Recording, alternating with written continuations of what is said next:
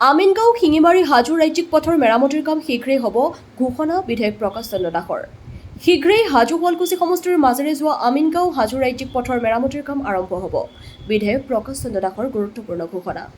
হাজো শুৱালকুছি সমষ্টিৰ বিধায়কগৰাকীয়ে জনাইছে যে দীৰ্ঘদিনীয়া সমস্যাৰ অন্ত পেলাই অতি সোনকালে যাতায়াত ব্যৱস্থা সুচল কৰা হ'ব।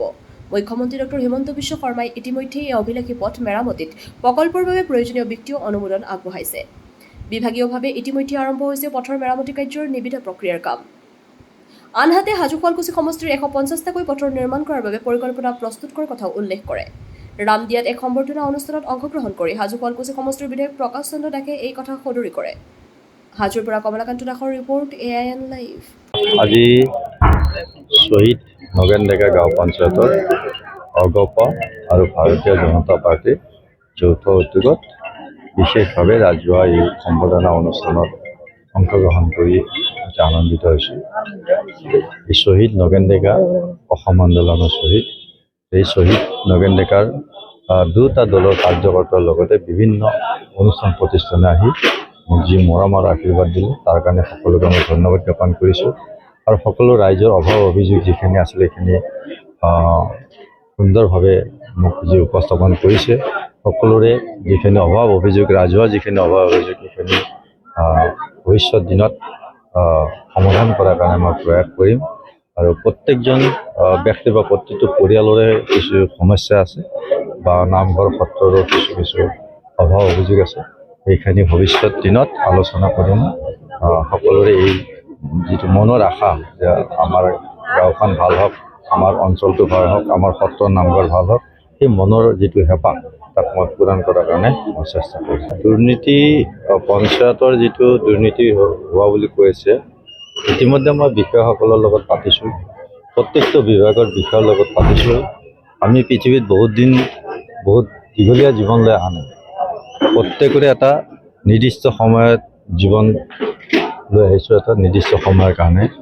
তাৰ ভিতৰত আমি সমাজৰ অতি দৰিদ্ৰ নিকিন ব্যক্তিসকলক জীৱনটো জীয়াই থকাৰ কাৰণে চৰকাৰী বিষয়াই হওক বা সামাজিক ব্যক্তি হওক বা ৰাজনৈতিক ব্যক্তি হওক, সকলোৱে এটা সুবিধা পায়। সেই সুবিধাটো যাতে আন্তৰিকতাৰে কৰে, মানৱ সেৱাই পৰম ধৰ্ম যিটো বাণী তাকো যে হৃদয়ংগম কৰি একেবাৰে সমাজৰ নিকিন দুখীয়া মানুহৰ যি ধৰণৰ সহায় পাব লাগে সেই সহায়টো যাতে নিশ্চিতভাৱে কৰে, তাৰ কাৰণে মই সকলোকে অনুৰোধো জনাইছোঁ। আৰু বিভাগীয় বিষয়াসকলকো কৈছোঁ যে এখন সুন্দৰ স্বচ্ছ নিকা সমাজৰ কাৰণে আমি সকলোৱে আন্তৰিকতাৰে কাম কৰিব লাগে। সমাজত পিছ পৰি থকা ব্যক্তিসকলক আমি এটা উন্নত জীৱন দিয়াৰ কাৰণে আমি প্ৰয়াস কৰিব লাগে।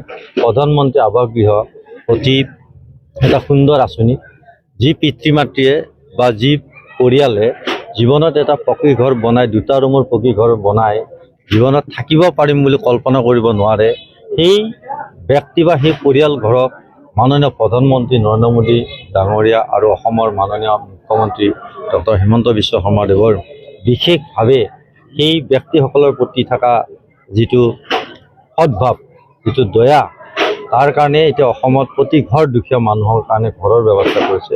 গতিকে প্ৰত্যেক ঘৰ মানুহৰ জিঅ' টেকিং কৰাৰ ব্যৱস্থা কৰিছে। গতিকে সকলোৱে যাতে এই দুখীয়া মানুহখিনিৰ দুটা ৰুম অন্ততঃ পোৱাৰ ক্ষেত্ৰত সকলো সহযোগ কৰে। আৰু এই দুটা ৰুমৰ সপোনটো বাস্তৱ হ'ব, যেতিয়া বাস্তৱ হ'ব অন্ততঃ আটাইতকৈ নিকিন এজন পৰিয়ালৰ ব্যক্তিও জীৱনত এটা পকী ঘৰত থাকি নিজৰ ল'ৰা ছোৱালীক ৰ'দ বৰষুণ আহিলেও সুন্দৰভাৱে শুই থাকিব পাৰিব। ইয়াতকৈ উত্তম ভাল কাম একো হ'ব নোৱাৰে। গতিকে সেই ভাল কামত সকলোকে সহযোগ কৰাৰ কাৰণে মই আহ্বান জনাইছোঁ। দুৰ্নীতিৰ আশ্ৰয় ল'লে নিশ্চিতভাৱে শাস্তিৰো সন্মুখীন হ'ব।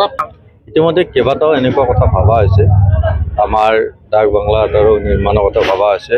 আৰু পৰ্যটকৰ যিহেতু যথেষ্ট সম্ভাৱনা থকা ঠাই হাজো শুৱালকুছি, গতিকে ইতিমধ্যে পৰ্যটক মন্ত্ৰীৰ লগতো কথা পাতিছোঁ। গতিকে নিশ্চিতভাৱে ভৱিষ্যত দিনত এটা উন্নত পৰ্যায়লৈকে নি যাতে বাহিৰৰ পৰা দেশ বিদেশৰ পৰা অহা পৰ্যটকসকলে যাতে ইয়াত ভাল ধৰণে থাকিব পৰা এটা পৰিৱেশ হয়, তাৰ কাৰণে মই মাননীয় মুখ্যমন্ত্ৰী মহোদয় আৰু আমাৰ বিভাগীয় মন্ত্ৰীৰ লগত কথা পাতি এইখিনি সমস্যা কিছু হ'লেও সমাধান কৰা সেই ক'লোঁ যে যিখিনি সমস্যা আছে সেইখিনি চিন্তা কৰি ভাল ধৰণে কাম কৰাৰ কাৰণে চেষ্টা কৰিম। যিকোনো খবৰ আৰু বিজ্ঞাপনৰ বাবে যোগাযোগ কৰক 7896121996